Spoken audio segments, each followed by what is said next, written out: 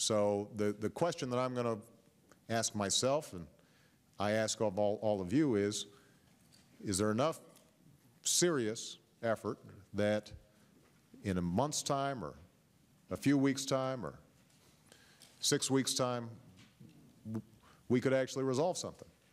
And if we can't, then I think we've got to go ahead and make some decisions, and then that's what elections are for.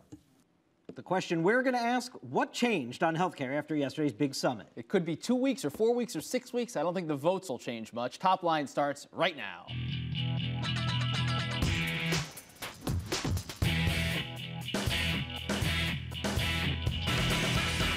And welcome to ABCNews.com's Top Line. I'm David Chalian. And I'm Rick Klein. Each weekday, we're bringing you the very latest political headlines, reporting, insight, analysis, everything you need and want to know about politics. And if you're on the Twitterverse, it's twitter.com/thenote. Let us know what you think. Answer the question of the day. We'll let you know what we think back. Loving the Twitter. Get us started, sir. What's your top line? Reconcile this. The bipartisan summit has led directly to a partisan push to get health care reformed through with reconciliation. It is no surprises out of yesterday's summit. Both sides a little bit pleased with what they've seen. But the question is going to immediately become, how do you get to 217 in the House? That is very stubborn math if you're Nancy Pelosi right now. Listen, she's been a pretty good whip as a speaker here. She knows how to rally these votes. I don't put it beyond her, but there is no margin for error. She's going to lose a bunch of votes that were with her last November. She's going to have to twist some arms for votes that were not with her in November. This is no easy task, and you heard her say today, Senate has to go first. This is going to be fascinating to watch play out. Patterson folds. Well, to nobody's surprise, David Paterson will not be the Democratic nominee on the ballot in November in New York. But it was this, his plummeting poll numbers and the scandal brewing from this New York Times story about this alleged domestic abuse incident with an aide of his and his potential intervention in it, state police potential intervention in it, that really caused him today he'd go out and make an announcement. He is not going to run for election. And a big sigh of relief from the White House and Democratic circles between Washington and New York. It puts Andrew Cuomo in a very strong position to hold on to the governor's office. As you said, this is really bowing to the inevitable. Wrangling Wrangle. The House Ethics Committee has admonished the House Ways and Means chairman, Charlie Rangel, over a series of trips that he took in 2007 and 2008. It gets complicated when you get into the weeds about what staff knew versus what he knew and who's exactly at fault. But the fact of the matter is you've got Nancy Pelosi having vowed to have the most honest and ethical and open House leadership ever. And you've got a very powerful chairman who is formally admonished by the Ethics Committee. Listen, you have a Democratic Party that's likely to lose, whether they lose the majority or not, likely to lose north of 30 seats. The last thing they need in this cycle is an ethics cloud hanging over them. Nancy Pelosi knows that, and a lot of Democrats on Capitol Hill know that. I think this may be our first time that we've ever had back-to-back Harlem politician stories in our top lines. I like that.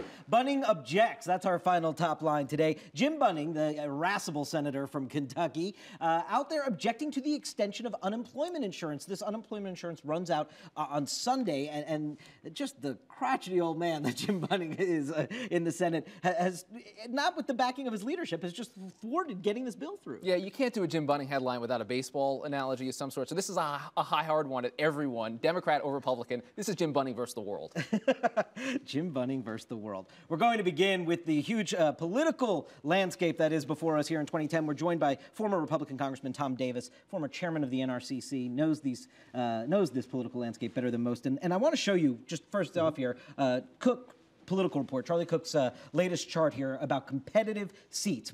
He has a total of 59 competitive seats, 55 of which are Democratic-held seats, 4 of which are Republican-held seats. And then take a look at what Charlie Cook said in his column today. He says, history suggests that the indicators we're now seeing mean that the Democratic majority in the House is in grave danger. Are you in that place? Do you think that the majority is in grave danger right now, looking forward to November? Sure. I think it's going to be competitive over who carries the House, but it's not a done deal.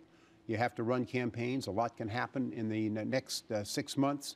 You could have some intervening national security issue or something that comes in that changes the whole landscape. So there's a long way to go. What you have to give the Republicans credit for is they've had the best recruiting year in history. They have gotten, maybe 1946, but that was before I was born. But the fact is that they have been ready for this. Everything but the money and running races. We lost 2 races in New York that they could have won. They have one coming up with Murtha, and they've got and in Hawaii. they've got to win something along the way, just to let people know we can actually run the races, because but they put everything in place at this point. Well, we know exactly what the response is going to be on health care, too. This is the big issue that's happening here. No questions there. How much of a risk do you think it is for Democrats to use reconciliation? Do you think that's something that voters care about? Or? No, I don't think so. I mean, I think if you're a Democrat, you better have something to show for this. At this point, I think they could have walked away from it at one point and blamed it. We can't put it together. Scott Brown's there. The voters have spoken and moved ahead. I think at this point, now that they are pursuing it, they got to show something, and it's on there. And why would the Republicans help them?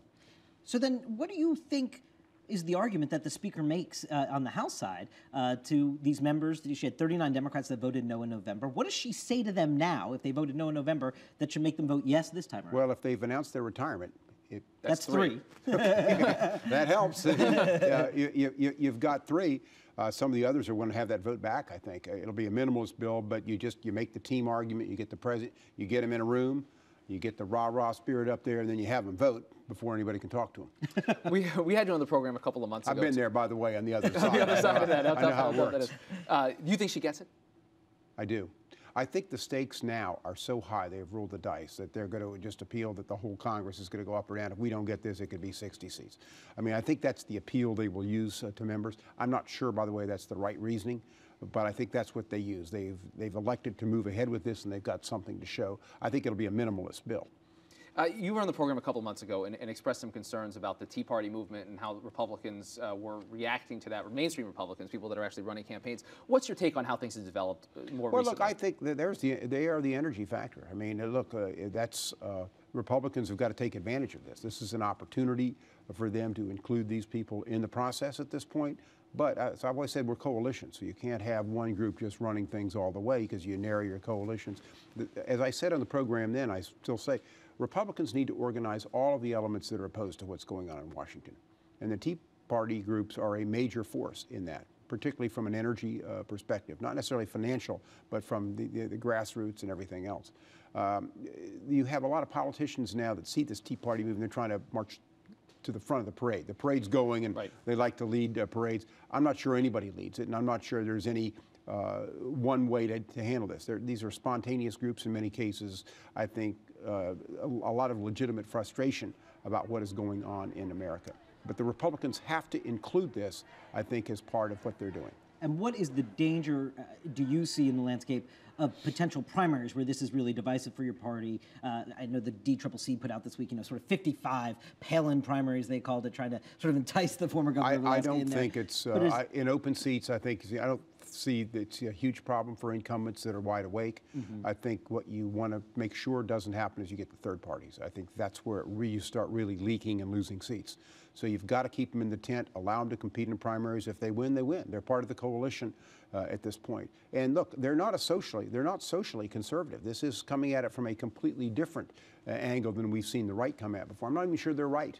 Everybody's saying, well, they're right. They have legitimate frustrations. They're concerning it. Nobody else was picking up the ball. Heaven knows the Republicans weren't. And so they have started things moving at this point. And the test for the Republican Party is, how do you include them in a legitimate way? And you allow them to compete, and you'll run some of their candidates. Know your job has never been advising Democrats, but put on that hat for a second. If you're sitting there in Democratic leadership, what do you say you can do between now and the fall to make this less bad as an election in 2010? Well, they have first of all, I think they do a very good job at running races, getting their candidates money. If you take a look across the board, Chris Van Hollen, who's going through this a second time, very, very able, very smart. He's got, none of these members are going to roll over easy. The problem they've got is this is a nationalized election. This is not going to be a bunch of local elections where a few pork projects are going to re-elect you. So they've got to change their branding a little bit, and they're going to have to center themselves. They're going to try to make this, as best they can, a choice between their party, which is failing right now in the eyes of most Americans, and a Republican Party, which has been fired twice in the last two elections. If it's a choice, you got a fighting chance. If this is a referendum on what they've done, there's not a lot they can do at this point except try to move with their agenda. I think the tax issue is a huge vulnerability for them at this point.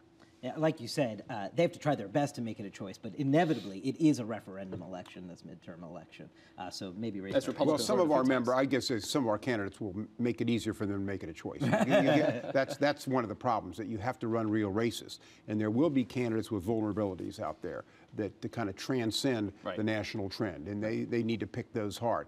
But this is going to come down for them where they're going to have to realize at one point or another, they're going to have to let 30 people loose. What is Tom Davis's over-under if you're setting the Vegas line for where things are going to? Well, I think right now it's a 30 over-under at this point. That's Okay. a realistic spot. There you go. We'll check back in with you again, Congressman Tom Davis. That's Thank you that's a very much. revolving number, by It the sure way. is. We'll let you back on, and We won't hold you just to like it. Vegas changes their lines. We'll let you change Thanks yours a as lot. well.